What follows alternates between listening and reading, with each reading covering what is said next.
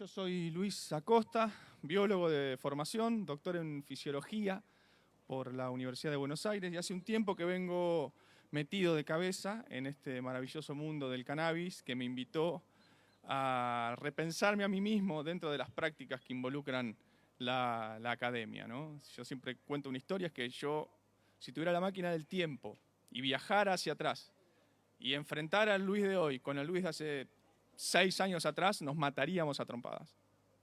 Por la forma de entender la ciencia y por la forma de entender cuál es el rol que tiene que cumplir la ciencia para la sociedad. Bueno, soy docente investigador en la Universidad Nacional de Lanús y también, ¿me pasás? Hay que viste que te digo y se pausa.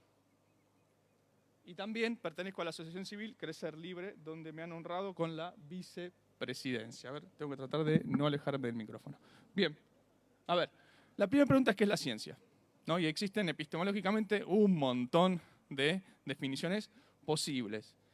Podemos pensar que la ciencia es una herramienta, son conocimientos objetivos y verificables sobre una materia determinada de estudio.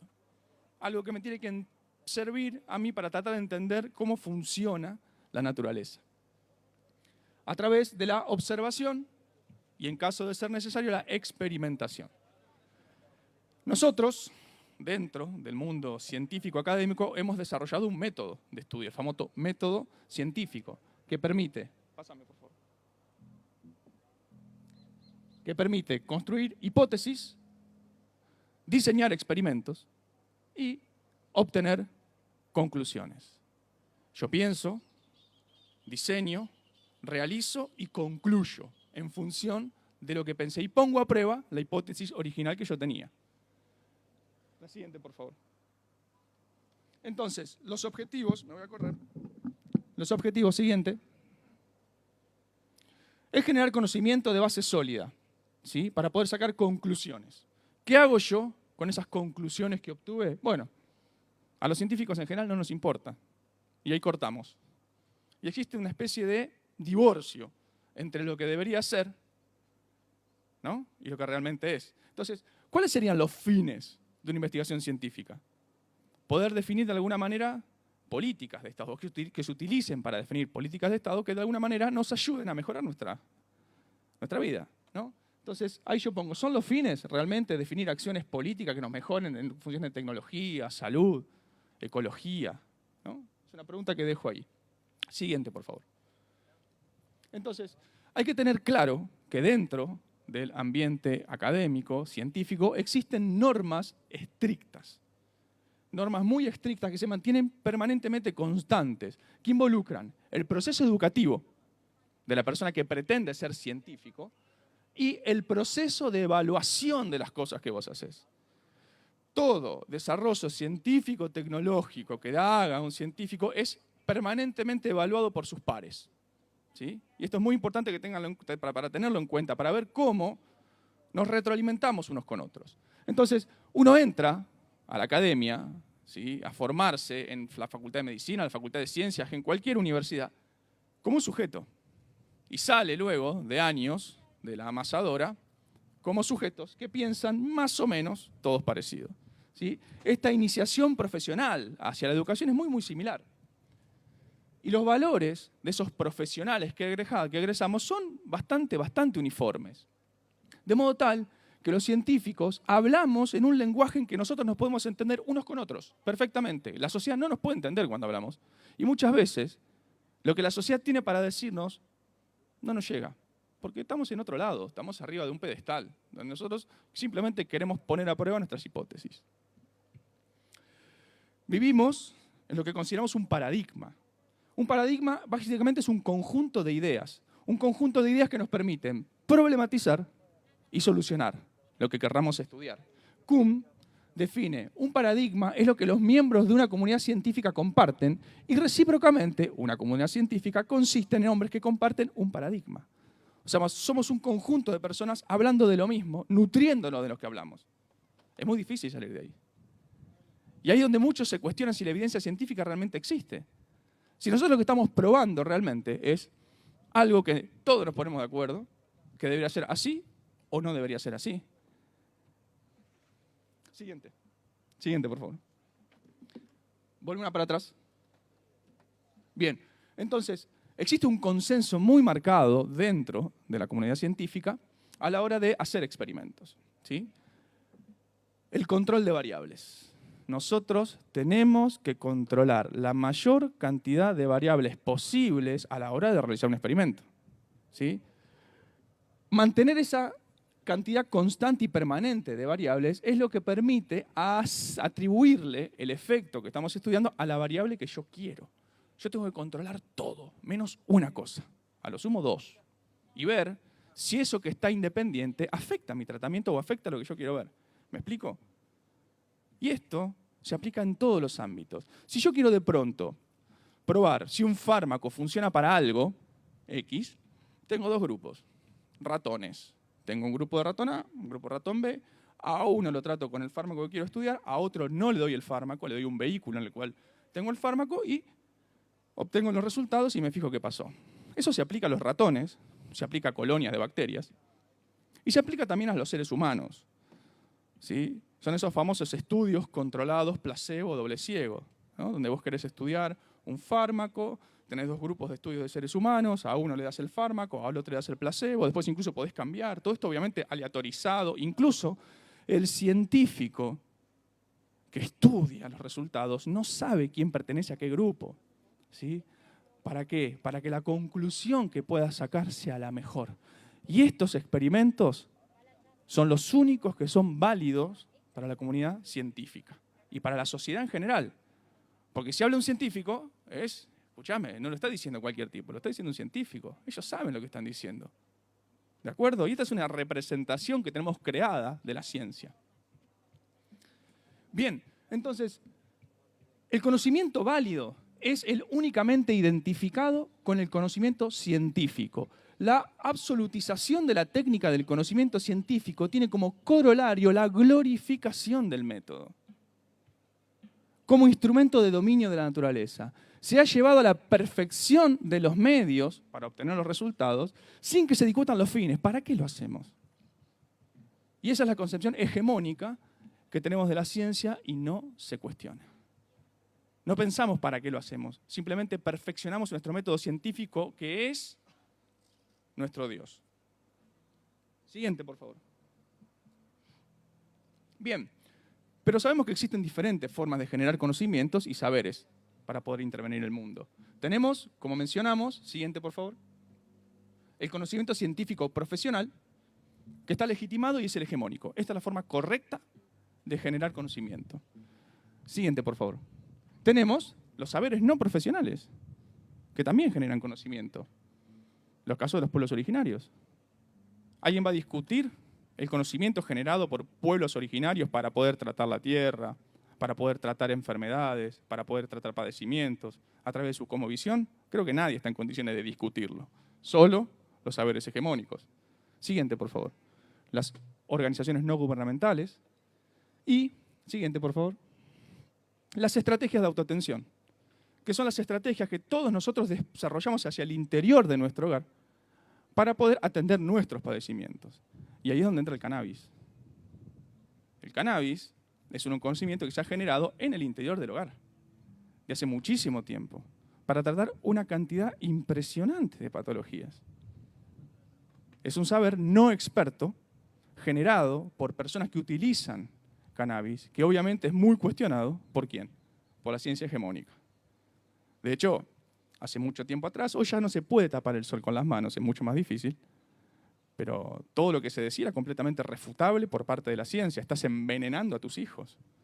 Las echaban a patadas a las madres de los hospitales que osaban darle aceite de cannabis a sus hijos para mitigar ya sea el autismo o la epilepsia, que fue el ascarón de proa que nos permitió después poder romper toda esta estructura hegemónica. Y es un proceso al que estamos asistiendo hoy en la actualidad. Esto está pasando. Y es una revolución. Ustedes saben que lo único que se construye de abajo hacia arriba son las revoluciones.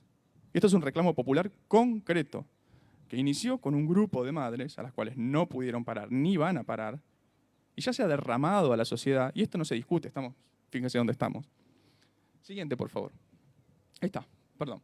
Bueno, dentro de lo que son las ONGs jugaron un rol muy importante en lo que es el consolidar el conocimiento generado por usuarios. Y ahora yo no voy a hablar de cannabis, voy a traer un par de ejemplos, ¿no? Los movimientos por la justicia ambiental fueron los primeros que en Estados Unidos empezaron a plantarse frente a esto, principalmente a través del reclamo de personas poco representadas, etnias poco representadas, gente de color en los Estados Unidos periféricos, donde le instalaban basureros en sus pueblos. Y empezaron a notar que tenían problemas de salud, ¿no? Y empezaron a asociar, desde que llegaron esto acá, nos instalaron, como somos pobres, negros y periféricos, nos pusieron estos basurales acá. ¿Tendrá algo que ver? Y fueron los primeros, estas asociaciones, en empezar a generar y reunir conocimiento y documentación científica a esta exposición de riesgos. Tal vez uno de los casos, siguiente por favor. Uno de los casos más conocidos en este ambiente tuvo que ver, se dio en la década del 70 y en Inglaterra, ¿sí? Donde empezaron a notar un aumento en la prevalencia de leucemia, de cánceres en niños, en las cercanías de una planta procesadora de energía nuclear. Las madres, los padres, hicieron un censo epidemiológico y pudieron probar que aumentaba la prevalencia de cáncer, principalmente en niños. Cuando fueron con estos datos a las autoridades de salud, ¿qué creen que pasó? Nada. Le metieron una patada en el culo y le dijeron, no molesten. Obviamente estos lobbies son súper poderosos y tienen influencias en todo el mundo. ¿Cómo sucede? ¿Cómo esto toma estado público? A través de las organizaciones no gubernamentales que tomaron esta información generada por estos padres, por estas madres, y lograron, a través de la interacción con medios de comunicación, hacer un documental. Y este documental tomó estado público en toda Inglaterra y fue lo que permitió que las autoridades tomaran cartas en el asunto. Y se hicieron estudios como corresponde, como les gusta, y probaron lo mismo, exactamente lo mismo, que estas personas, sin ningún tipo de conocimiento profesional, habían probado hace unos cuantos años antes. Pero hay una parte que es muy importante y es muy interesante, que a pesar de que confirmaron ese aumento, esa prevalencia de los casos de cánceres, concluyen que no se puede atribuir a ninguna causa. O sea, hay un aumento de la prevalencia, pero no se puede atribuir a que sea la empresa, o sea, que sea la planta de procesamiento nuclear la que está produciendo cáncer en la población. ¿Por qué? Porque faltan los estudios controlados, ¿no? Tendríamos que tener seres humanos, ¿no? Expuestos a la planta, no expuestos a la planta, aleatorizarlos y concluir. No somos lauchas, nosotros no somos ratones de laboratorio. Y esto es un mantra que se repite permanentemente, no se puede atribuir a ningún caso. Esto es el famoso correlación no implica causalidad. Que dos variables vayan juntas no quiere decir que una explique a la otra. Que el aumento en la prevalencia de cáncer se deba a la cercanía de la planta, eso va junto. Pero una cosa no explica a la otra, ¿no? Esto es un mantra que se repite dentro de la ciencia. Y si uno cae con un experimento o con una idea que vaya en ese sentido, te meten literalmente una patada en el culo y te dicen, vos no sos serio, con vos no puedo discutir, ¿no? Estas son cosas muy interesantes y yo soy muy transgresor y con esto yo sé que genero quilombos y la gente a veces me odia por esto. Hay pocas cosas que se sostienen con la correlación que yo acabo de decir, y una de ellas es el origen antropogénico del cambio climático. El aumento de dióxido de carbono es el que produce el aumento de la temperatura en la Tierra. Eso es un verso, a mi entender, que nos vienen diciendo desde hace muchos años. Eso no es así y son estrategias, después si lo quieren con alguno lo discutimos, de condicionar las emisiones de dióxido de carbono, cobrar impuestos y manipular los eventos de productividad. Siguiente, por favor. Bien, nosotros tenemos nuestra propia historia en Argentina. Los famosos pueblos fumigados, ¿no? En el 2009, madres del barrio de Ituzaingó, en Córdoba, otra vez, al ver un aumento en la cantidad de cánceres infantiles, un aumento en la cantidad de enfermedades respiratorias y demás, hicieron un censo, lo mismo que sucedía en Inglaterra, y vieron que aumentaba muchísimo la prevalencia de todas estas patologías, principalmente en la población infantil, que es la más vulnerable. Fueron las primeras, ¿sí? Y la Organización de las Madres de Ituzaingó reveló estos casos y denunció a empresarios sojeros y a la dirigencia política por complicidad. Obviamente, las llamaban las locas, como otras famosas madres que tuvimos en nuestra historia, pero se convirtieron en pioneras en denunciar la contaminación del modelo agrario. Y fue gracias a la intervención de estas mujeres que se pudo en un principio expandir la frontera, el límite, entre que te podían fumigar y podías vivir. Y sabemos que eso es bastante relativo porque siempre aparece un fallo cautelar que manda toda la mierda y te fumiga en una escuela. Siguiente.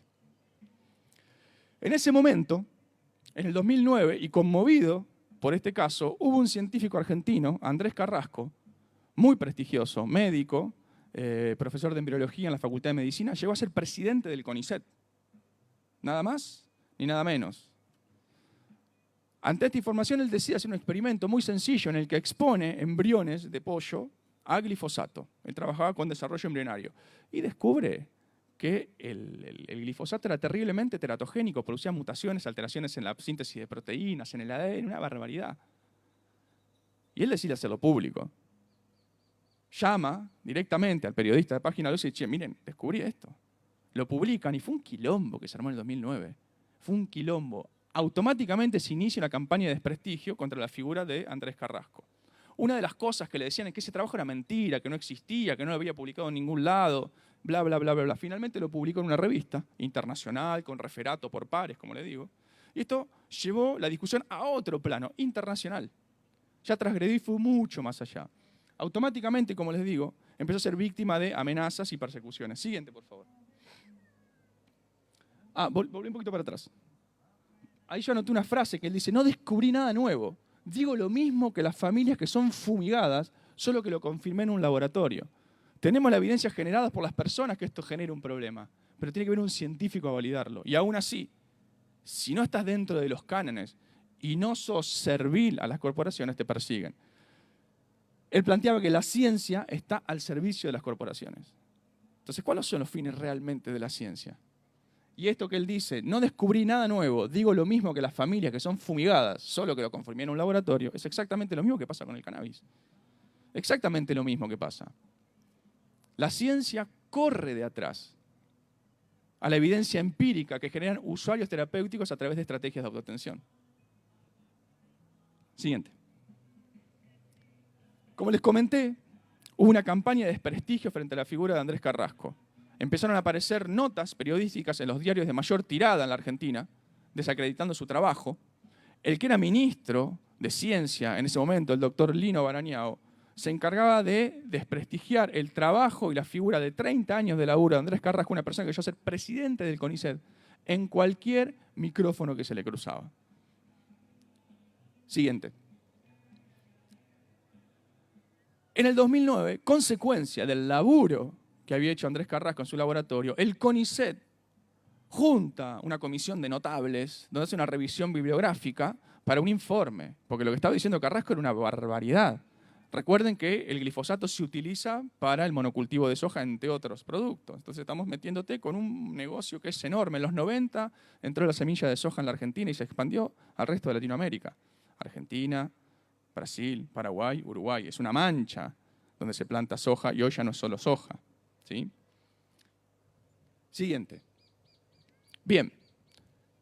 El informe que publica el CONICET da vergüenza. Da vergüenza y da mucha bronca. Mucha, mucha bronca. Y uno se pregunta incluso si los tipos que escriben estas cuestiones después pueden dormir a la noche. ¿Qué es lo que buscan? Porque encima es poca plata. No ganan guita. Buscan prestigio dentro del CONICET. Y son capaces de decir las barbaridades que dicen. Me voy a acercar acá porque no llego a leerlas. Dice, por ejemplo, los estudios epidemiológicos encontrados no demuestran correlación, otra vez, entre la exposición del glifosato y... No leo nada, la verdad, che. Bueno, lamentablemente no lo puedo leer. Dice, los datos de asociación entre la exposición al glifosato y los trabajadores expuestos no están asociados a ningún tipo de cáncer. Los riesgos de exposición de la población infantil, no existe riesgo en la exposición al glifosato en las viviendas rurales asociadas. La presencia de glifosato o del producto formulado que alteran las estructuras del ADN en células de mamíferos, siendo las concentraciones del efecto improbables de hallarse en los medios biológicos humanos, con lo cual se estima que no existiría ningún riesgo significativo para la vida humana. O sea, el CONICET salió a avalar el uso del glifosato otra vez, yendo en contra de lo que planteaba Carrasco. Entonces, ¿cuál es el rol de la ciencia? ¿Qué hace la ciencia? ¿Se me va para abajo esto?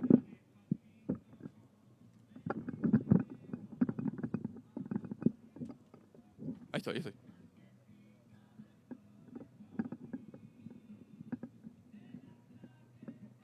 Muy bien.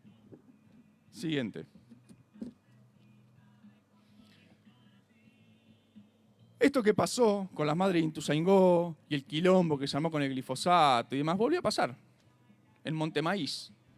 Montemaíz es otro pueblo a 300 kilómetros de Córdoba, otra vez en Córdoba, donde las autoridades del municipio pidieron a la Universidad de Córdoba que intervenga. ¿Por qué otra vez? A través de un censo hecho por los padres y madres, vieron que había un aumento notable en la prevalencia de cánceres, abortos, colagenopatías, alteraciones respiratorias y demás. Llegó un grupo de investigadores conmovidos, obviamente, realizaron un estudio y fue terrible. O sea, confirmaron que la prevalencia del cáncer era 3 veces mayor en la población y demás, y pasó exactamente lo mismo que pasó con Carrasco.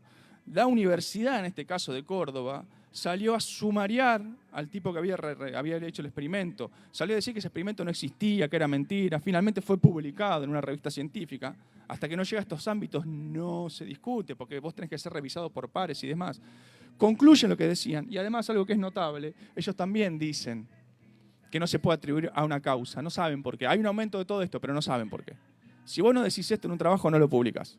Es así de corta. Este mantra que yo les vengo diciendo es casi una condición necesaria en estos casos para poder publicar un artículo. Siguiente. Obviamente fueron víctimas otra vez de persecución. ¿Por qué cuento todo esto? Siguiente. Porque el modelo científico, ¿sí? Ese modelo que nosotros idolatramos, ese modelo que nosotros creemos que es lo mejor que tenemos como sociedad y que hemos construido a lo largo de todos estos años, es un modelo que adoctrina. Adoctrina en la formación, que yo les acabo de decir, adoctrina en la evaluación, pero también persigue. Si vos te corres de los márgenes, si vos te corres de lo que se supone que debe ser y no respondes a los intereses reales, que es evidentemente a las corporaciones, aparecen todos estos sistemas de persecución y desprestigio a los que se han sometido. Y la figura de Carrasco, insisto, es una de las más relevantes, un tipo que ya es el presidente de esta institución, del CONICET. Pero también el modelo científico coopta. Cuando algo sucede, lo toma de la sociedad y trata de llevarlo a su lógica. ¿La lógica cuál? Modelo, controlado, placebo, doble ciego. Esa es la forma, esa es la única forma validada dentro, o la más importante, dentro del modelo científico. Siguiente, por favor. Y esto es lo que sucede con el cannabis. La ciencia pretende pasar de una planta que tiene una gran cantidad y un complejo polimolecular, la gente que está acá seguramente lo sabe, terpenos, cannabinoides, flavonoides, todos con potencial terapéutico, interactuando entre sí a través de este famoso efecto séquito descrito por Mechulan hace ya muchísimos años, para pasar de esto a esto. La industria y el modelo médico, la industria y el modelo científico siempre va a tratar de pasar a la monomolécula, y es lo que van a querer venderte. Este es un ejemplo, siguiente por favor, que es muy interesante y es muy esclarecedor. El primero hace referencia a un trabajo realizado en Brasil en el 99, donde en un dispositivo ambulatorio creado dentro del Departamento de Psiquiatría de la Facultad de Medicina de la Universidad de San Pablo, abordan personas adictas al crack, un tipo de cocaína fumable e increíblemente adictiva. Hacen un seguimiento de cohorte, ¿sí? Siguen en el tiempo a estos adictos que, además de consumir crack, utilizaban marihuana para mitigar los efectos secundarios. Entonces, como utilizaban marihuana, no les dan ningún tipo de fármaco extra. Y los siguen en el tiempo. Y obviamente los abordan con psicólogos, psiquiatras y demás. De esas 25 personas, 4 abandonan el tratamiento, desaparecen, quedan 21. Y lo increíble es que esas 21 personas, el 80% dejan de consumir crack, utilizando cannabis para poder mitigar la apetencia y los efectos secundarios asociados a la abstinencia. Es un resultado que, de movida, abruma. 80% de éxito para tratar la adicción al crack, utilizando cannabis. ¿No? Esta famosa historia de que el cannabis es la puerta de entrada a las drogas. Bueno, evidentemente el cannabis puede funcionar muy bien para ser una puerta de salida de las drogas duras. ¿Qué pasó? Esto pasó en el 99, seguimiento de corte. Estos son los estudios que no tienen mucho valor, no hay un control. Vos simplemente viste qué pasaba con un grupo de personas en el tiempo. ¿Y dónde está el grupo control? ¿Cómo hiciste? No, vos tenés, para que esto sea válido y yo pueda concluir, tiene que haber uno que le das cannabis, a otro que no le das cannabis, a otro que le das placebo, aleatorizarlo, etcétera, etcétera, etcétera. Pasaron muchísimos años. Recién en el 21, en el año pasado, se publicó el primer trabajo donde se hace un estudio controlado, placebo, doble ciego, para evaluar el efecto no del cannabis fumado, como hicieron en Brasil, sino de una pastilla con CBD, solo CBD, que es uno de los componentes del cannabis, que supuestamente es el que está involucrado en mitigar este síndrome de abstinencia, disminuir la ansiedad. Aparentemente es la molécula que estaría involucrada en romper esas memorias asociadas al consumo, que es lo que le incita a la gente a repetir esa conducta por la estimulación del circuito de recompensa y zaraza y sa. Nada, no les dio nada.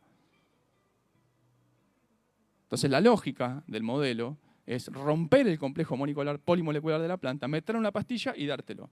Bueno, sirvió para concluir, muchísimos años después, que el CBD aparentemente no sirve para mitigar el síndrome de abstinencia asociado al crack. ¿Sí? Y en el medio de todo esto, teniendo la evidencia rotunda de que el cannabis fumado funciona, no pasa nada. Siguiente. Si uno compara entonces el cannabis terapéutico con las ciencias biomédicas, se hace un pequeño cuadro comparativo rapidito, podemos pensar que el saber hacer autónomo, no profesional, ¿sí? Desarrollado por prueba y error que se da por los usuarios terapéuticos a través de un intercambio horizontal de conocimientos. Los usuarios terapéuticos de cannabis intercambian información. Y te dicen, che, ¿y a vos qué te funcionó para esto? ¿Y qué cepa usaste? ¿Y cómo lo preparaste? ¿Y cómo administraste? Y se ha generado un conocimiento empírico enorme, muy, muy grande en los usuarios terapéuticos de cannabis. Mientras tanto, el método biomédico científico utiliza el método hipotético deductivo a través de la experimentación controlada y manipulada. Son dos formas distintas de generar conocimiento, que es de lo que venimos hablando. ¿Sí? Las dos son válidas, y esa es la realidad. Hay una que parece ser muchísimo más eficiente que la otra, y a mi parecer no es la del método científico clásico. El cannabis terapéutico tiene en cuenta la historia de la persona, la complejidad y las subjetividades. Che, estos usuarios terapéuticos hablan entre ellos. ¿Y a vos qué te pasó? ¿Cómo es? Contame. ¿Y dónde vivís? ¿Y qué haces? Mientras que las ciencias biomédicas son ahistóricas. ¿Sí? La ciencia, en general, el modelo. En el sentido que son ahistóricas, ¿por qué? Porque un experimento que yo realizo en la Facultad de Medicina, en el Departamento de Fisiología de la Universidad de Buenos Aires, tengo que poder hacerlo en el Departamento de Neurocirugía en la Universidad de Yale. Yo me esforcé por eso. Lo que yo veía en la Facultad de Medicina lo tenía que ver en Yale también. Y las conclusiones tienen que ser las mismas. No pueden no ser las mismas. Si no son las mismas, es que algo anda mal. Los valores e intereses y las necesidades y perspectivas de la comunidad en esta forma de generar conocimiento es en favor del pueblo. Y es para el pueblo. Mientras que los valores e intereses y necesidades del método científico si responden a intereses de profesionales, en búsqueda a veces de este ego, esta trascendencia académica, de las instituciones y ya no hay duda que de las corporaciones. El cannabis terapéutico busca resolver problemas locales mediante intervenciones que funcionan. Todo es parte de lo mismo. Mientras que las ciencias y la biomedicina intentan intervenir mediante innovaciones tecnológicas de carácter global que se repitan en todas partes del mundo, con la lógica de la eficiencia y pensándolo siempre como una mercancía. ¿Para qué lo hacen? Esto se tiene que poder vender. Si yo no puedo vender y sacarle un rédito, no tiene ningún tipo de sentido. Siguiente, por favor. Bien, para no aburrirlos, resumen y consideraciones. Existe una tensión y una interacción entre el cannabis terapéutico y la biomedicina basada en la evidencia, no hay duda de eso. La pluralidad epistemológica y metodológica, ¿sí? O sea, esto quiere decir que las ciencias ya no son las únicas formas de construir conocimiento válido.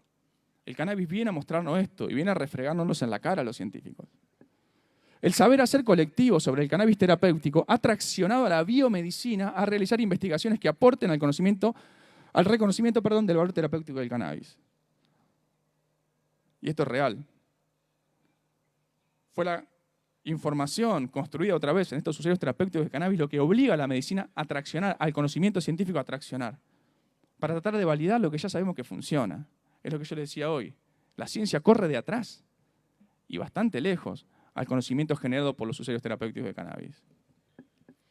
La biomedicina, como modelo médico hegemónico que se considera como una expresión de la ciencia, intenta cooptar y modificar el saber, otorgando legitimidad y nuevos conocimientos. Socialmente, incluso, también sucede que hay usuarios que reclaman a la biomedicina que legitimen este saber hacer.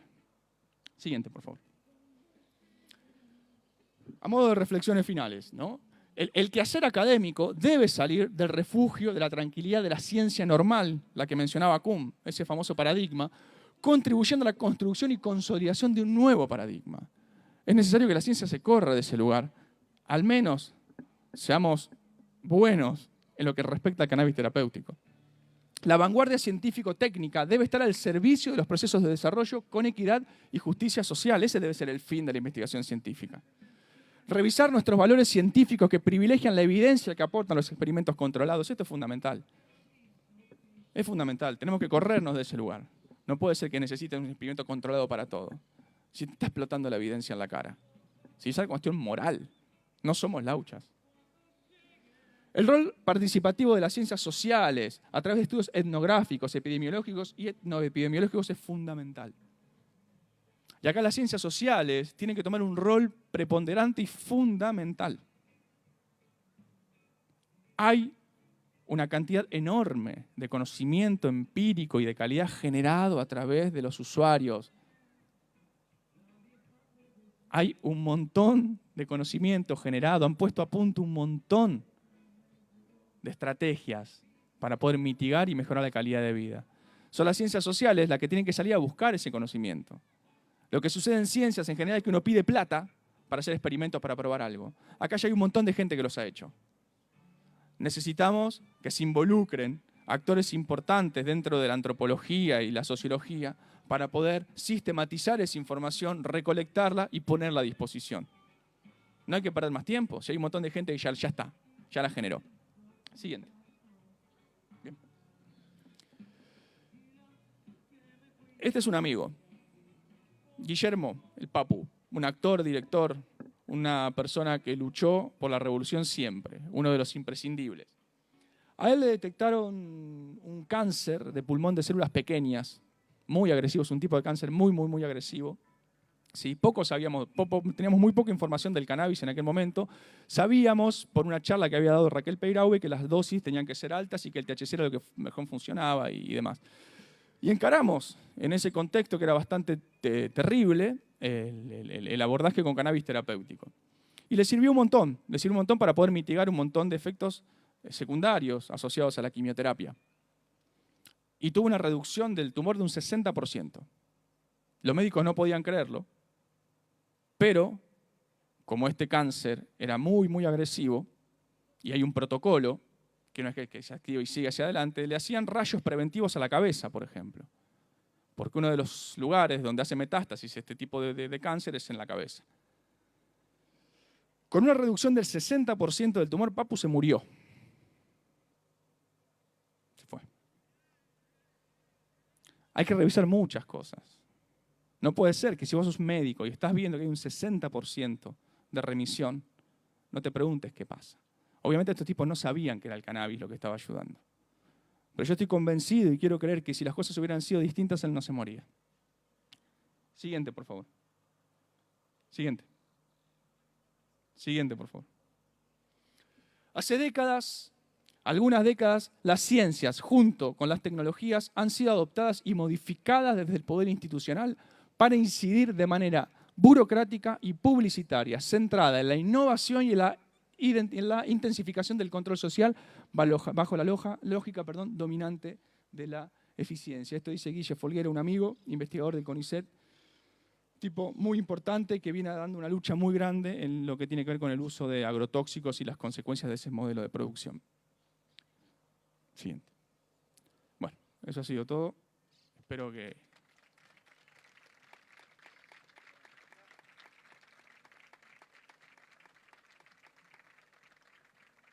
Espero haber aportado algo y haber desglorificado un poco a la ciencia, esa construcción, esa representación social que nosotros tenemos de lo que somos los científicos y para qué está trabajando la ciencia y cuál es el rol que cumple, y sobre todo en este ambiente que tiene que ver con el cannabis terapéutico. Lo mal que ha hecho, y bueno, esperemos que algunos científicos, ya hay muchos científicos y médicos, lo sabemos, involucrados hasta acá, que son militantes hasta acá, y que bueno, sumado a la fuerza y el empuje de los socios terapéuticos, han sido fundamentales para lograr esta revolución a la cual hacía referencia. Ya les comenté, lo único que se construye de abajo hacia arriba son las revoluciones y estamos asistiendo a la revolución del cannabis terapéutico. Crece desde el pie, dice Alfredo Zitarrosa, y es verdad. Muchas gracias.